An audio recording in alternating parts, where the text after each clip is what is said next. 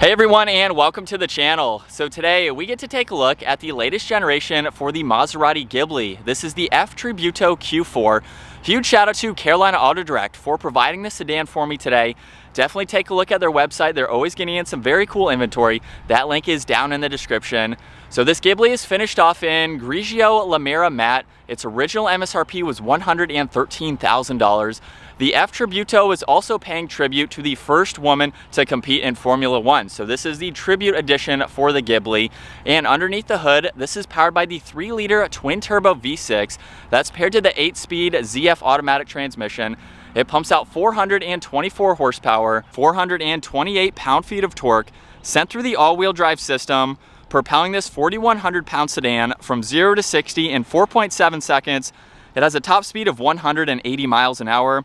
It also has a fuel capacity of 21.1 gallons. You'll expect to see around 17 miles per gallon in the city, 25 out on the highway. This also has a wheelbase of 118 inches. Its overall length is 195.7.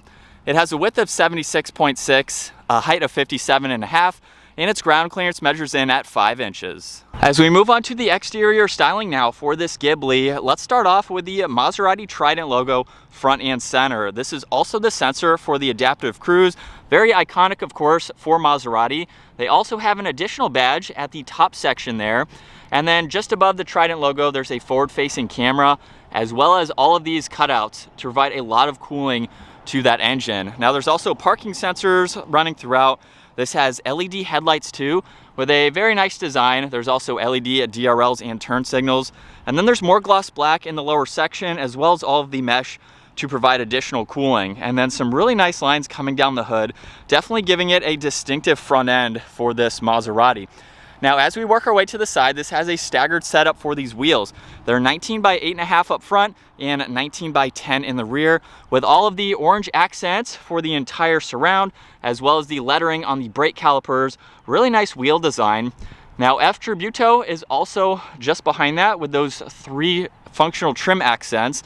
This does have power folding side mirrors, which are body colored. There's a turn signal and a camera. This has a sunroof up top. All of the window trim is also blacked out. And from the side, it has a really nice luxury and sporty look to it. Some nice lines in the lower section, as well as just at the height of that door handle. And the one in the back kind of tapers off just underneath that door handle. But the fender arches are very nice. There's also a crisp line in that upper fender too. And then leading to the back, this has a backup camera. Maserati is right in the middle. This also has the boomerang style for the taillights. This was a first in the industry for this design here. Of course, they're all LEDs. There's parking sensors in the lower section, and then that quad tip dual exhaust, as well as gloss black in that diffuser. Now we can take a listen to this. We have remote start. And then you can just double tap on that if you'd like to shut it off for whatever reason. And you also have the button that you can double tap to gain access to the trunk. Or you can use the button up underneath. This does have a power operated trunk, which is nice. And then as far as the cargo space goes, with the back seats up, it's actually pretty spacious. You do have the spare tire underneath the floor where you could place in some other items if you needed to. And then you can fold down the back seats. So that gives you a lot more interior space if you need it.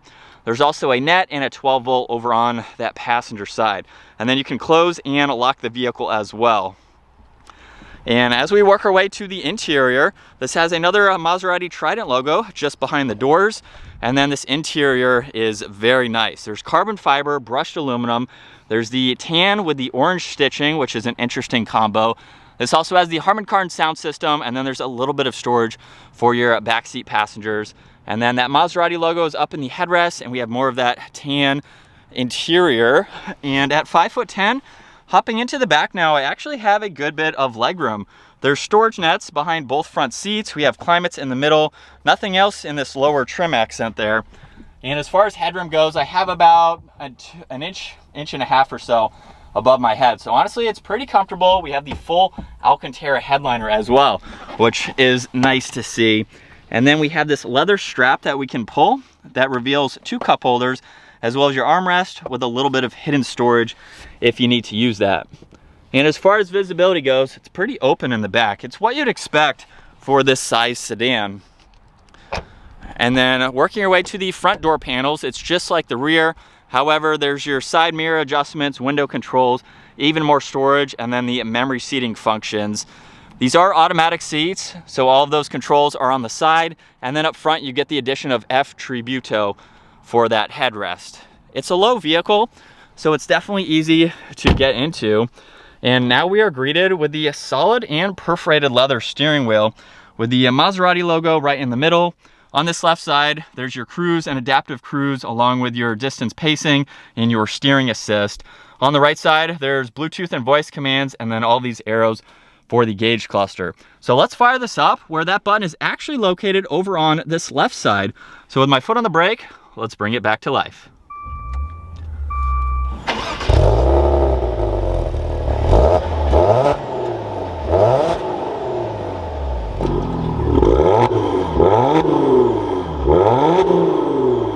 And coming back to the gauge cluster, on the left side there's miles per hour, right side there's the tach, and then right in the middle with all the vehicle information is what you can go through with all of these arrows. So for the current vehicle information, I can scroll through all of this and you can pull up all of these vitals. We can also go into driver assistance. There's your trip information along with your engine start stop. You have messages, vehicle settings that you can go into. So you can set all of this up as needed, including your screen setup. And then you can also go into your main menu showing miles per hour and back to vehicle information. If you're unfamiliar with Dodge products, this is pulled straight from Dodge and Jeep products. So it's the identical technology to those vehicles. There's also your engine temperature as well as fuel level on that left side. And then over on the left side, along with the engine start stop button, there's your headlight adjustments along with some dimmer switches and a small compartment you could place some items. We have the two-tone design for the entire dash, along with the clock right in the middle. And then underneath that, we have the infotainment system, where you have a lot to go through. Again, pulled straight from Dodge, Jeep products. You have Chrysler, of course, with that. In the lower section, we have all of these presets that you can quickly get into, including your fan speed, where you'd like the air to go, all of that. There's the navigation. You have your phone when that's paired. You can also go into vehicle, so you can go through this info. You can even lock the glove box through the screen too.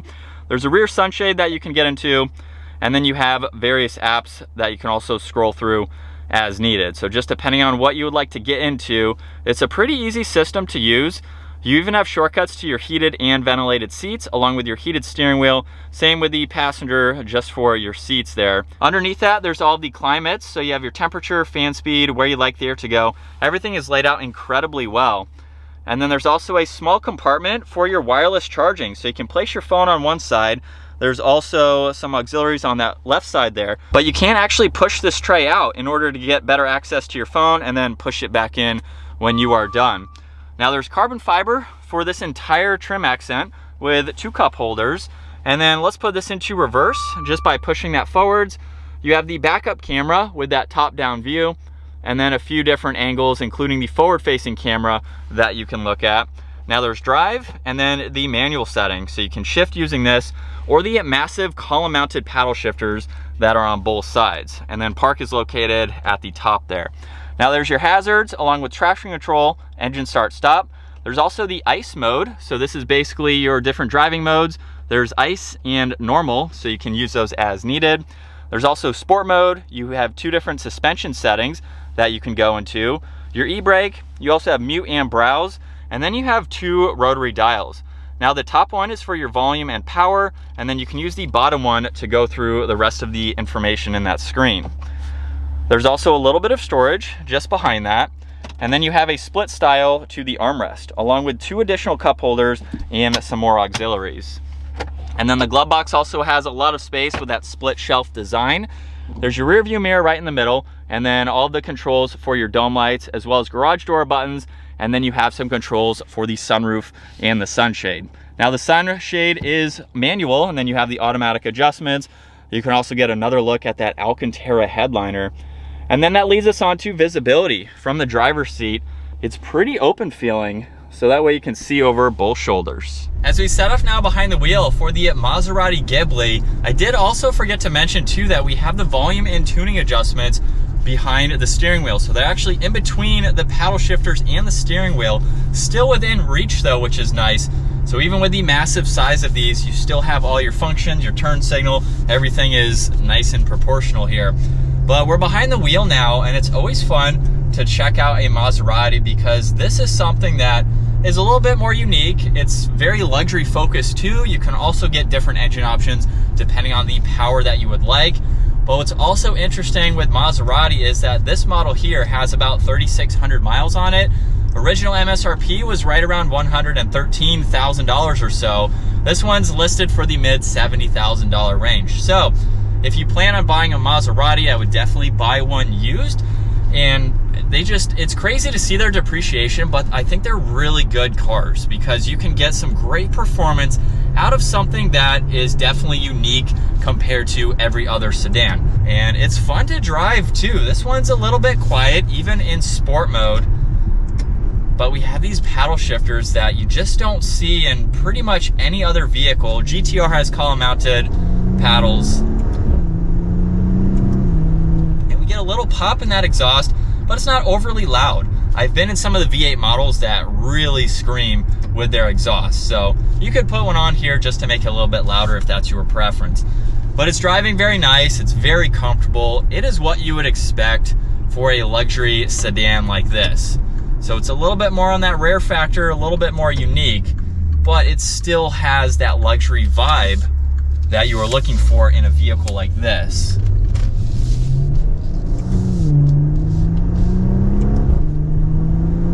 And with that ZF, these paddles are very responsive, so it gives you that sporty feel, and it's comfortable and quiet. This would make for a great daily driver. Now, Maseratis aren't really kind of known for their reliability, but just like with any other car, just something that you need to know or do your research on the specific car that you're buying. Make sure it's a good, solid car. I wouldn't let that deter you from buying it because I think they are fun and very nice to drive. And in sport mode, second gear, here we go.